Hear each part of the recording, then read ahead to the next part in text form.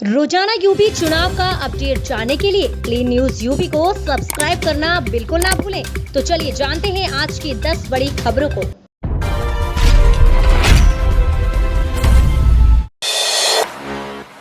मलिन बस्ती में रहने वालों को 1000 रुपए में मिलेंगे फ्लैट, योगी कैबिनेट ने दी मंजूरी, जाने पूरी योजना। उत्तर प्रदेश की योगी आदित्यनाथ सरकार मलिन बस्तियों के स्थान पर अपार्टमेंट बनवाने जा रही है। ये अपार्टमेंट पीपीपी मॉडल पर विकसित किए जाएंगे। मलिन बस्ती में रहने वालों को 1000 रुपए में मिलेंगे फ्लैट, योगी कैबिनेट ने दी मंजूरी, जाने पूरी योजना। उत्तर प्रदेश की योगी आदित्यनाथ सरकार मलिन बस्तियों के स्थान पर अपार्टमेंट बनवाने जा रही है। यह अपार्टमेंट पीपीपी मॉडल पर विकसित किए जाएंगे। इसमें मलिन बस्ती के लोगों को 1000 रुपए पंजीकरण शुल्क पर फ्लैट दिए जाएंगे। सरकार मलिन बस्ती की जमीन विकासकर्ता को मुफ्त देगी। ये मल्टी स्टोरी बिल्डिंग बनाई जाएगी। ये अपार्टमेंट विकासकर्ता अपने पैसों से बनाएंगी। सरकार इन मलिन बस्तियों में रहने वाले उन लोगों को फ्लैट देगी जिनके पास कहीं दूसरा पक्का मकान नहीं है। लाभार्थियों को आधार से जोड़कर फ्लैट दिए जाएंगे। अपार्टमेंट में होंगी ये सुविधाएं। अपार्टमेंट में मिलेंगी सामुदायिक सुविधाएं, कम्युनिटी हॉल, बच्चों के खेलने का स्थान, शुद्ध पेयजल, सीवेज व ड्रेनेज सिस्टम, सड़क, लाइट व छोटे वाहनों के लिए पार्किंग। 1 नवंबर से डिजिटल सदस्यता अभियान शुरू करेगी कांग्रेस। तकनीक के महत्व को ध्यान में रखते हुए कांग्रेस पार्टी ने डिजिटल मोड में नए सदस्यों को जोड़ने का मन बनाया है। पार्टी का डिजिटल सदस्यता अभियान 1 नवंबर से शुरू होने जा रहा है। 1 नवंबर को पार्टी सदस्यता अभियान शुरू करेगी और ये अगले साल सांगठनिक चुनाव से पहले 31 मार्च तक जारी रहेगा। देश की सबसे पुरानी पार्टी ने पहली बार ये कदम उठाया है। कांग्रेस के केंद्रीय चुनाव प्राधिकार के अध्यक्ष मधुसूदन मिस्त्री ने कहा कि पार्टी ने सदस्य जोड़ने के लिए एक मोबाइल एप्लीकेशन तैयार किया है। प्रदेश कांग्रेस समितियों को सदस्यता को डिजिटल बनाने की जवाबदेही सौंपी गई है। डिजिटल के अलावा प्रत्यक्ष तौर से भी सदस्य बनाए जाएंगे। अमित शाह जाएंगे लखनऊ। सदस्यता अभियान का शुभारंभ कर शक्ति केंद्र संयोजक व प्रभारियों को देंगे चुनावी मंत्र। भारतीय जनता पार्टी के चाणक्य कहे जाने वाले केंद्रीय गृह मंत्री अमित शाह शुक्रवार को लखनऊ आ रहे हैं। वे यहां सदस्यता अभियान की शुभारंभ करने के साथ ही शक्ति केंद्र संयोजक और प्रभारियों के सम्मेलन को संबोधित करेंगे। इसके बाद संगठन की अलग अलग बैठकें लेंगे। कार्यकर्ताओं को चुनावी मंत्र देने के साथ ही वह प्रदेश प्रभारी भी और चुनावी प्रभारी सहित भाजपा कोर कमेटी के साथ बैठक कर अब तक तैयारियों की समीक्षा कर रणनीति पर चर्चा करेंगे। उन्हें विधानसभा चुनाव 2022 में जीत का मंत्र देंगे। अंत में वह पार्टी मुख्यालय पहुंचेंगे।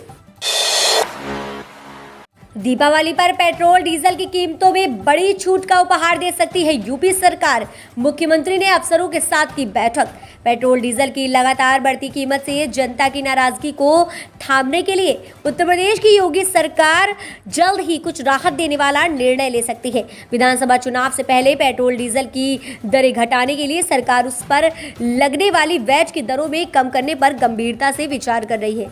चूंकि कुछ ही माह बाद विधानसभा के आम चुनाव होने वाले हैं, इसलिए महंगाई को लेकर विपक्षी दल भी लगातार सरकार पर हमलावर है। ऐसे में सरकार अब महंगे पेट्रोल डीजल से प्रदेशवासियों को राहत देने की तैयारी में है।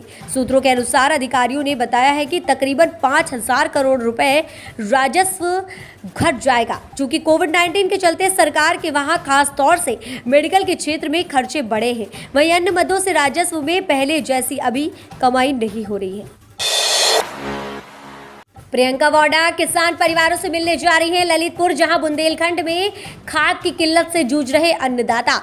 खाद की किल्लत को लेकर उत्तर प्रदेश की योगी सरकार पर हमलावर कांग्रेस की राष्ट्रीय महासचिव व यूपी प्रभारी प्रियंका गांधी वाड्रा इस समस्या को लेकर शुक्रवार को ललितपुर में पीड़ित किसानों के परिवारों से मुलाकात करेंगी। वे ट्रेन से ललितपुर जा रही हैं। प्रियंका ने कुलियों से मुलाकात की। कुलियों ने उन्हें अपनी जीविका से जुड़ी समस्या के बारे में बताया। कोरोना महामारी के दौरान सरकारी उपेक्षा का भी जिक्र किया। कांग्रेस का आरोप है कि ललितपुर समेत पूरे बुंदेलखंड में खाद की किल्लत है। प्रियंका ने गुरुवार को ट्वीट भी किया, जिसमें उन्होंने कहा कि किसान मेहनत कर फसल तैयार करे तो उन्हें उसका दाम नहीं मिल पा रहा है। किसान फसल उगाने की तैयारी करे तो खाद नहीं है। लेकिन किसान विरोधी भाजपा सरकार के कानों पर जू तक नहीं रेंग रहा है। इनकी नीयत और नीति दोनों में किसान विरोधी रवैया है। मृतक आश्रितों को नौकरी के लिए योगी सरकार का अहम फैसला।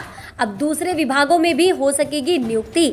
सेवा काल के दौरान दिवंगत हुए राज्य कर्मचारियों के आश्रितों को अब दूसरे विभागों में भी नौकरी मिल सकेगी। अनुकंपा के आधार पर नौकरी का बड़ी संख्या में बेसब्री से इंतजार कर रहे मृतक आश्रितों की समस्या को देखते हुए राज्य सरकार ने यह फैसला किया है। उसके लिए उत्तर प्रदेश सेवा काल में मृतक सरकारी सेवकों के आश्रितों की भर्ती नियमावली में संशोधन के प्रस्ताव को गुरुवार को कैबिनेट बाय सर्कुलेशन मंजूरी दे दी गई है।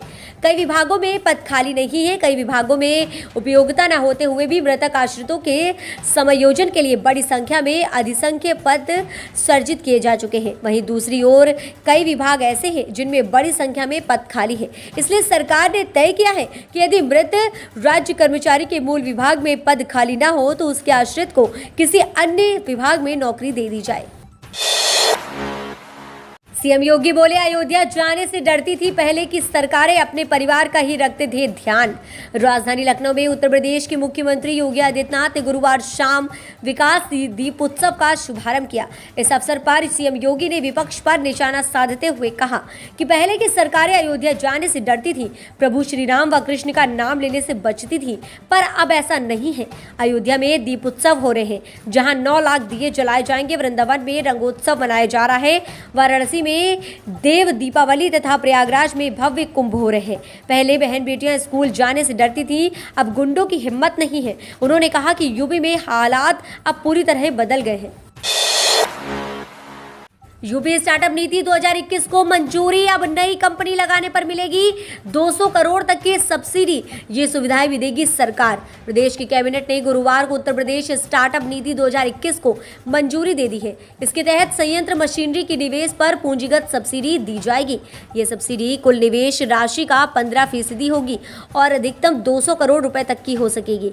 सरकार ये सब्सिडी 7 साल की अवधि में किश्तों में देगी। पहले किश्त वास्तविक उत्पादन शुरू होने पर दिया जाएगा।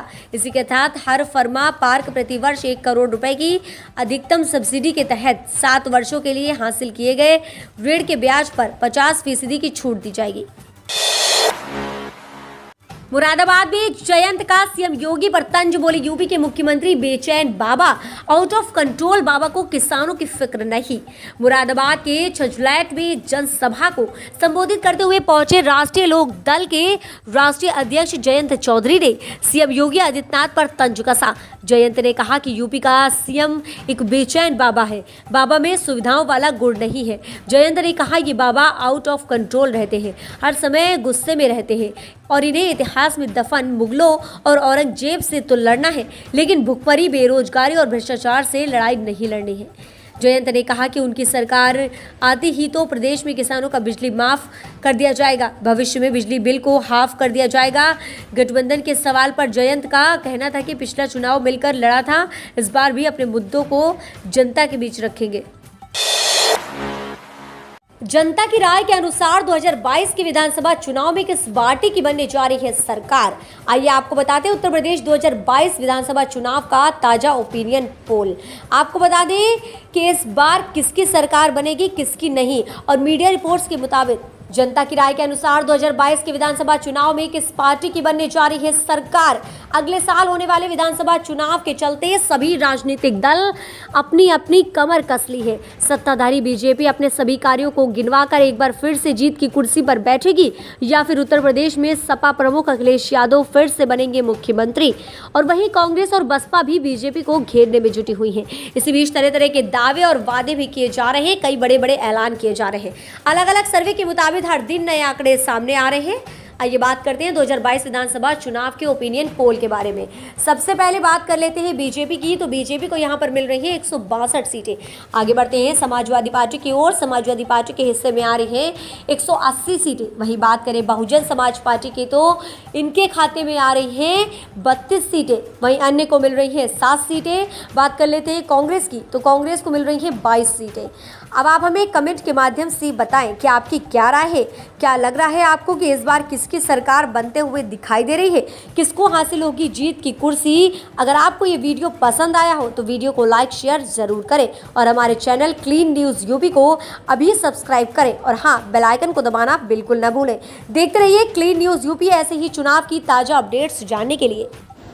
तो ये थी आज के 10 सबसे बड़ी और महत्वपूर्ण खबरें।